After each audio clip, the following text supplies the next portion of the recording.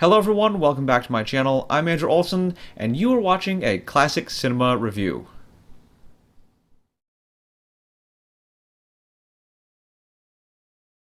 Lady of Burlesque, directed by William A. Wellman and released by United Artists in 1943. Its opening night at the Old Opera House, S.B. Foss presents Dixie Daisy, the darling of burlesque, and 50 beautiful dancing girls. The dancing girls are a hit with the crowd. When Dixie takes the stage, she further wows the audience. The backstage energy is no less exciting as performers rush to change for their next number. First comic Biff Brannigan tries to romance Dixie, but she doesn't trust comics very much. The Hermit and Stacciero, the two old backstage holdovers from the original opera house, don't care much for burlesque artists and vice versa. S.B. Foss is over the moon over Dixie's performance that evening, while prima donna Lolita Laverne's antagonistic jabs at dancer Dolly Daxter over a mutual feeling for comic straight man Russell Rogers makes a quagmire of an atmosphere backstage. All is going well until the police raid the theater. Furthermore, it is discovered that the wire to the warning light indicating when the police are going to raid the place has been cut. Dixie tries to escape through the cellar but is nearly strangled to death in the dark. After SB pays their bail, the cast discuss the sabotaged light and Dixie's near-death experience. Lolita Laverne's mobster boyfriend, Louis the Grindero, shows up and throws his weight around over her romance with Russell. And later, the humor-infused drama continues with Lolita retaliating against the peeping Toms at the restaurant next door, nearly costing everyone their meal ticket. And then the universally disliked ex-star, the Princess Nervina, returns after a 2-week hiatus in the hospital. She undercuts Dixie from her starting position and gets on Lolita's nerves. That is, until Lolita is found murdered with her own G-string. First, Biff is suspected for being in possession of the murder weapon after it disappears. Then Louis, when his car is found around the corner, but he's nowhere to be found. And Lolita's checkbook is found in her apartment, with $10,000 having been recently withdrawn from her bank account for no particular reason. The trail of suspects gets deeper, and the motives keep piling up. With eavesdropping stagehands, blackmailers, romance, jealousy, song, dance, extramarital affairs, and another murder, it all begs the question: who wants to close the old opera house? Lady of Burlesque is based on the novel The G-String Murders by Gypsy Rose Lee. I haven't read the book myself, so I can't do any comparisons in between the two, but from my research I understand that the movie is a fairly faithful adaptation, with the exception of some censorship in regards to the content. Censors in 1943 wanted nothing to do with burlesque as the subject of a movie. The performances in this film are solid. Let's go over the cast real quick. Barbara Stanwyck stars as Dixie Daisy, Michael O'Shea as Biff Brannigan, J. Edward Bromberg as S.B. Foss, Charles Dingle as Inspector Harrigan, Frank Conroy, Gloria Dixon, Marion Martin, Iris, Adrian, Victoria Faust, Stephanie Batchelor, George Chandler, Pinky Lee, Frank Fenton, Jadis Carter, Eddie Gordon, Gerald Moore, Lou Kelly, and Claire Carlton round out the cast. I wasn't sure what to expect from this film when I discovered it not long ago, but it does star Barbara Stanwyck, so I decided to give it a try. At its core, it's a backstage drama, but there's plenty of humor to break up the tension throughout the film. The script is rather tongue-in-cheek due to the fact that the backdrop is burlesque, and it's all wrapped up in a rather well-done murder mystery. The pacing is steady, and you get plenty of time to know the characters and the dynamic throughout the theater as they work, which gives the film a rather organic feel, and it's not rushed, which I like. There's also plenty of reality in this film in regards to the backstage nature of theater, and in this case, burlesque. Now, I'm not an expert in burlesque by any means. However, if you watch any of the big musical backstage dramas of the time period, everything is very much a fantasy. Everything is perfect. The characters are very much they have hearts of gold, and they are all friendly except for the one or two bad apples thrown in with them, which make up the antagonists. In this film, however, the dancing girls don't all get along with each other. The stars have personality conflicts with one another. The only sink in the girls' dressing room is broken, and that's one of the plot points for the first third of the film or so. And there are any number of other imperfections that you would find in real life that just go to show that burlesque really doesn't have any glamour, and there is no romance behind this profession. That doesn't make the movie unenjoyable. That just kind of paints a little bit of reality as opposed to the other films that were song and dance extravaganzas of the time. Barbara Stanwyck's performance is grounded, and she plays Dixie with conviction. She is also the voice of reason, and she ends up being almost like the detective character, although that role is taken on by several of the characters within the movie. She plays well opposite Michael O'Shea. This was his first film, by the way. He plays the first comic in the burlesque troupe, or the burlesque show that they're doing, and I can't help but compare his character of Biff to Bob Hope. He's almost like a cheaper version of Bob Hope. Nothing against either Michael O'Shea or Bob Hope, but that's almost the way he comes off in some of the scenes. It is rather enjoyable to see the two banter together.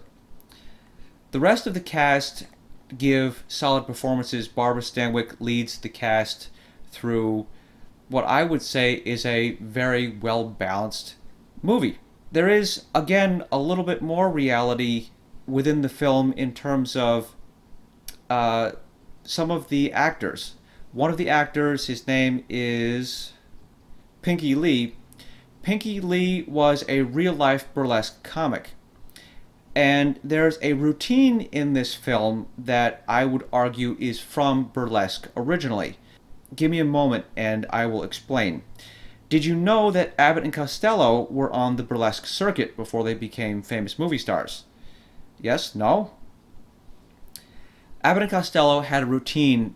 I don't know what it's called, but Abbott would try to sell Costello an item, and he would need to know how much money Costello had so he could get the most out of Costello. In some cases, this would be a scam to get other people to buy a product from them, and Costello was sort of like the shill, or it was just a routine for the two of them to do together. Basically, Abbott had to find out how much cash Costello had, and Costello would basically reply that he had in the neighborhood of X number of dollars. But in the vicinity, he had X number of dollars. In the neighborhood, roughly speaking, and each time the number of dollars would shrink, go down. And he would get closer and closer to the actual amount of money he had on him. I don't know if this is a routine that originated with them. I don't think so, because many of their routines are said to be from burlesque. All they did was clean up the routines for a general audience. Now, my point is, this routine that I'm referring to is in this movie, but it's not done quite the same way. It's actually not done quite as well as Abbott and Costello have done it in the past. But, roughly speaking, it's in the movie. And that, to me, just goes to prove that since Abbott and Costello were from the burlesque circuit as comedians, and this routine they did, and now here it's being featured in a burlesque environment within the movie, I would say that's pretty good proof that that at least some of the comedy in the movie is indeed burlesque in nature. Now, granted, comedy in those days, whether it was from vaudeville or from burlesque, it's all from the same era. So comedians were using a lot of the same material. Michael O'Shea, as well as some of the other actors in the movie, were also formerly from vaudeville. Michael O'Shea was a vaudeville comic. The musical score was done by Arthur Lange, Lange, I believe that's how you pronounce his last name. His musical score for the film was nominated for an Oscar, which was pretty fantastic considering this was a B movie. An Oscar nomination just helped bump the quality of this movie up one more notch. And of course, the songs in the film are So This Is You, and I think it's Take It Off the E String, Play It on the G String, which is performed by Barbara Stanwyck in her opening number. Those songs were written by Sammy Kahn and Harry Axt. There aren't too many major special effects to talk about. The only real special effect that caught my eye was the matte painting representing the city's the skyline when some of the characters are up on the rooftop. Despite the story of the film taking place in a burlesque theater, there really are no striptease numbers to be seen. They are constantly being referred to by the cast members backstage. There are some genuinely funny lines in regards to the numbers that are being discussed, and there are two instances where you kind of get an idea, and one of those instances, which I'll get to in a second, is almost a parody of a striptease number. Barbara Stanwyck does her first song and dance number of the film. This is kind of like the parody that I just referred to.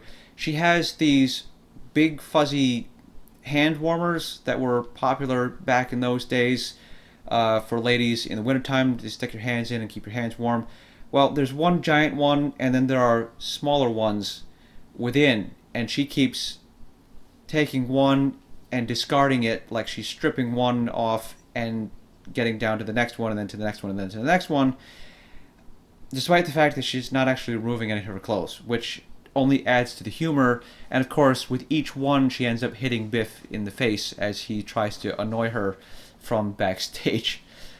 The second strip number is with the Princess Norvina, who's getting her clothes removed by a bullwhip and another performer out on stage, but we don't get very far into that before we cut to the backstage goings-on once again. Still though, the censors back in 1943, I would imagine this was probably all that they would allow. So, there is that. For those of you who don't like burlesque and striptease numbers, then you might actually enjoy the movie because there is a lack of them. So, all in all, this isn't a bad movie. This murder mystery was done correctly, in my opinion, because you're never shown who the the murderer is before the characters figure it out. So often in these murder mysteries from the 30s and 40s, the murderer will be shown to the audience, but not to the characters who are trying to uncover the murderer's identity.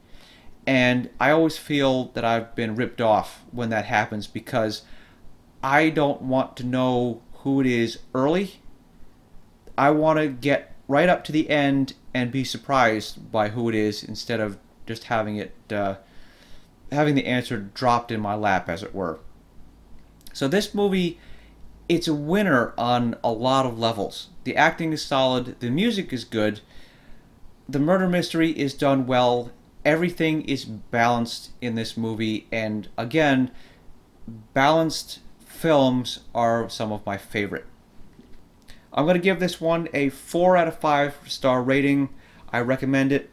If Burlesque isn't for you, you still might try it because, in my opinion, this is almost like a vaudeville backstage performance than true burlesque. And if you do like burlesque, well, this actually might not be for you because it doesn't actually get into the strip numbers, and there really is no vulgarity in terms of the comedy, which would have been prevalent in burlesque back in those days. Still, though, I would say for a general audience, if you're on the fence about it, give it a shot. It's entertaining, and that's what we're all looking for, entertainment. I gotta thank Jerry over at drmacro.com. Thank you, Jerry, for letting me use these images for my review. There are lots of high-resolution scans over on Jerry's website, drmacro.com. Images from many, many movies from many different eras. And if you're interested in seeing high-quality images, I suggest you take a quick look at his website. I'll leave a link in the description down below. And I gotta thank all of you for watching. Please like the video, comment down below, let me know what you thought, and subscribe for more classic cinema reviews coming in the near future. Until then, I look forward to seeing you all next time.